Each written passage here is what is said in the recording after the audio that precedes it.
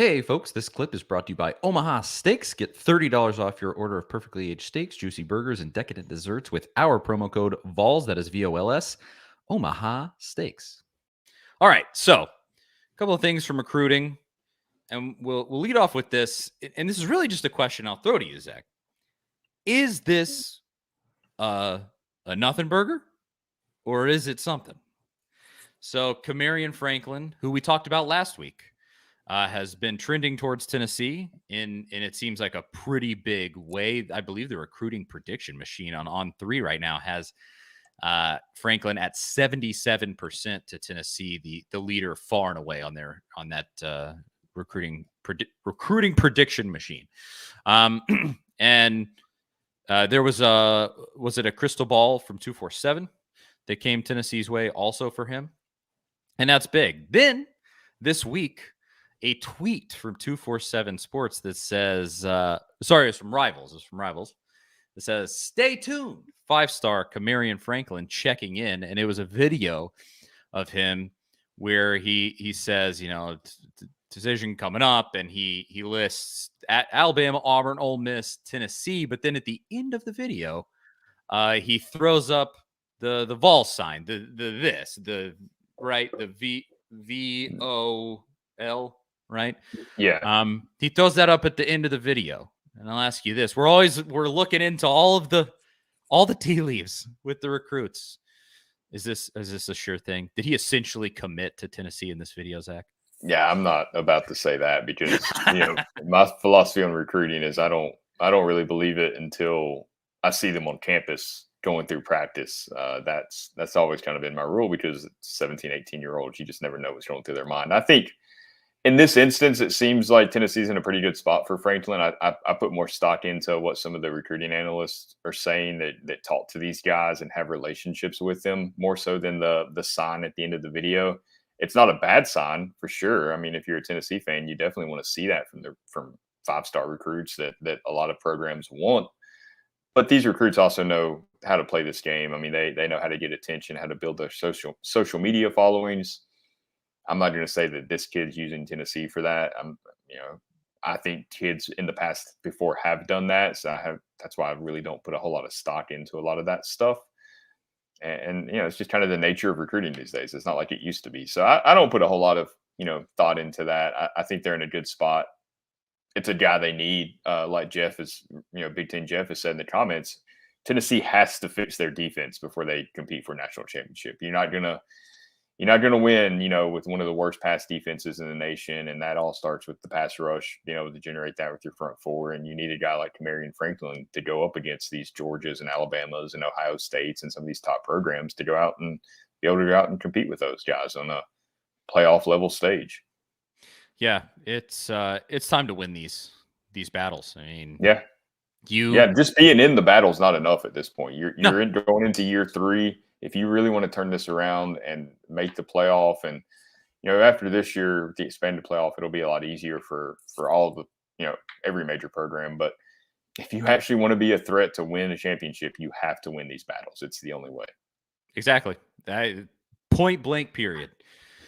This has to happen for Tennessee to reach that next level, because we've said it a ton on here. The thing Tennessee needs, this offense with Josh Heupel, essentially no matter who is playing, this offense is going to cook, because that's how Josh Heupel is running this thing.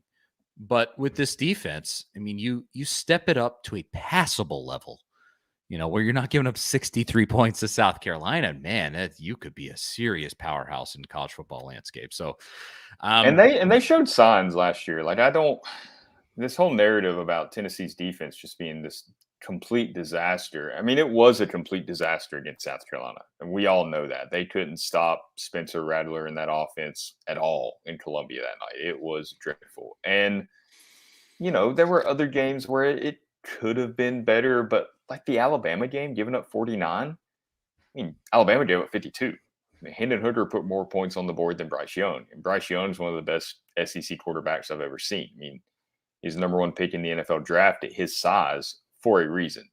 So that game I don't really hold against them that much. You look at the LSU game, the Kentucky game, the Clemson game. I know it's Vanderbilt, but even that Vanderbilt game, I mean, that was a team that was playing decent at that time and fighting for bowl eligibility, and they completely shut them down. And they played really well that night. So they showed flashes.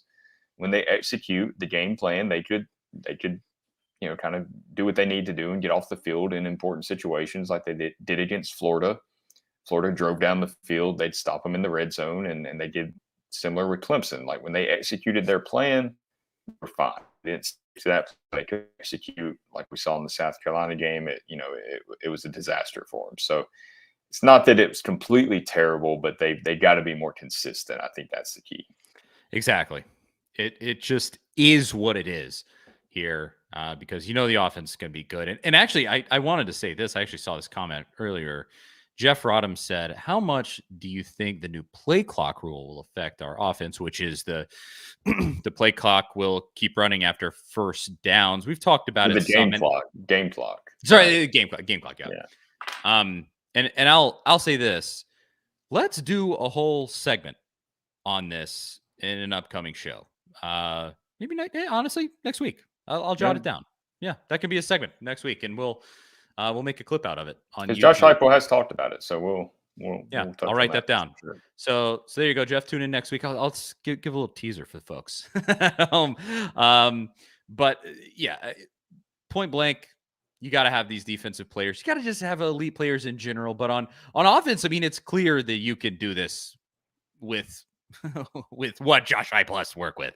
And then on top of that, you've been getting elite players. You've been getting great players out of the transfer portal. I mean, I think Brew McCoy is going to be an absolute dude this season. It looks like Dante Thornton's got some serious talent. And then, he also makes it happen with guys that aren't flashy. And so, I mean, look at that running back room. Spring is in the air, and that can only mean one thing. Spring grilling. The steak experts at Omaha Steaks have made it easy to spring into something delicious with their semi-annual sale. It starts Wednesday, February 22nd, so make sure you mark your calendar and get 50% off site-wide. Grab all your favorites like perfectly aged tender steaks, ocean fresh seafood, juicy burgers, air-chilled chicken, and decadent desserts. Plus, when you go to omahasteaks.com and use promo code VOLS, that is VOLS, at checkout, you'll get an additional $30 off your order. It's the perfect way to get fired up and spring into something special. Don't wait. Go to omahasteaks.com and use promo code VOLS at checkout and take advantage of this deal. I've had Omaha Steaks plenty now. Comes right to your door. So convenient, so tasty. Can't recommend it enough. Go and get it. Omaha Steaks is ready to ship your order right away, and you're going to want to hurry because 50% off site-wide is only happening for a limited time, so don't miss your chance to save. Visit omahasteaks.com. Use promo code VOLS at checkout and get an additional $30 off when you shop their semi-annual sale today. Again, it starts February 22nd. Mark those calendars and get your Omaha Steaks. Minimum order may be required. That's Omaha Steaks promo code VOLS. Incredibly effective with guys who, when they came in, were, I don't want to say total no names. Was Jalen Wright a 4-star? Maybe. I can't remember. I know he had a reputation for being fast, and it was a solid pickup out of Durham. But it wasn't. None of them were superstar. 5-star. He's done all of this without 5 stars. I mean, Brew McCoy, I guess, was a 5-star before he went to USC. But the shine kind of wore off after he, went through some off the field stuff and didn't, put up 5-star numbers. And he really didn't last season. I don't think he's fast enough to really be a burner. But man, we saw the way he can impact a game against Clemson. Early in the season, it's Pittsburgh fighting for those extra yards, picking up those first downs when, you're hit 3 yards behind the first down marker, and he's able to kind of charge through there and pick up the first down. But we haven't seen Heupel with just loaded 5-star wide receivers, 5-star quarterback. We haven't seen that yet, which is pretty exciting if you're a Tennessee fan. It definitely is. And speaking of, elite guys or great guys on offense, here's another recruiting tidbit for you.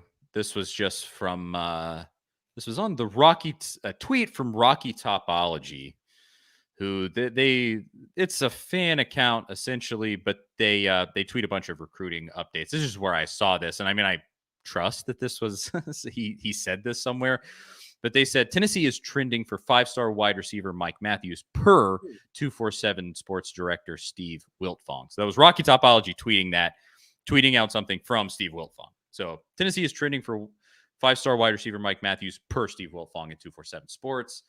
And let's just say this. If this is really true and Tennessee can get a foot in the door, I believe he also set a visit for Tennessee and has visited. I think he's visiting in June. Yes, June 23rd, 2023. He is set for an official visit to Tennessee. He's already visited before. We talked about it when he did the last time for a junior day. He came to Tennessee. This would be awesome. Not just because it's a 5-star wide receiver. I mean, obviously, that's amazing. And a 5-star wide receiver in Josh Heupel's offense is just a dream. I mean, I can't get much better than that with Heupel as your coach. But this kid is, according to 247 Sports, the number 2 player in the state of Georgia.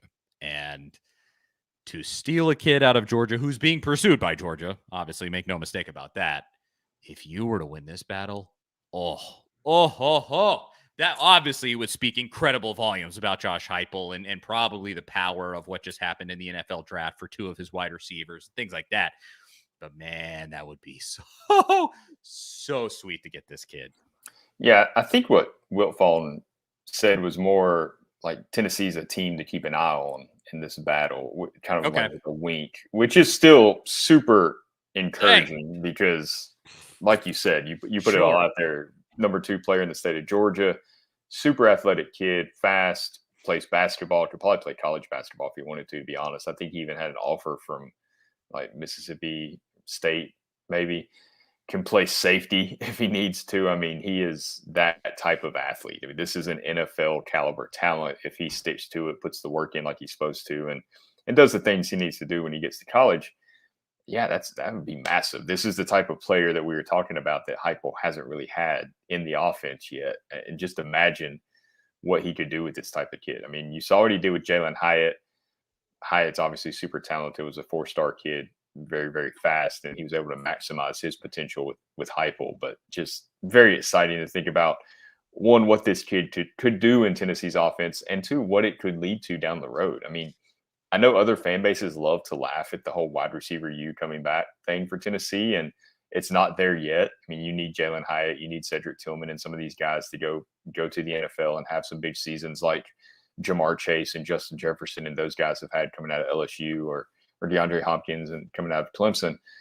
But man, it feels like it's on the verge of being that. Like Heupel's getting wide receivers to the NFL, and if Hyatt and Tillman and Velus Jones prove that they can succeed in the NFL coming from Heupel's offense, you're going to see these guys starting to go earlier in the draft, right? If Dante Thornton goes and has a Hyatt-like season, then Hyatt finds success with the Giants, this season, well, maybe Thornton's a 2nd-round pick or a late 1st-round pick instead of, seeing them fall all the way to the 3rd round. I mean, it could really get some momentum going and the dominoes start falling here for Tennessee.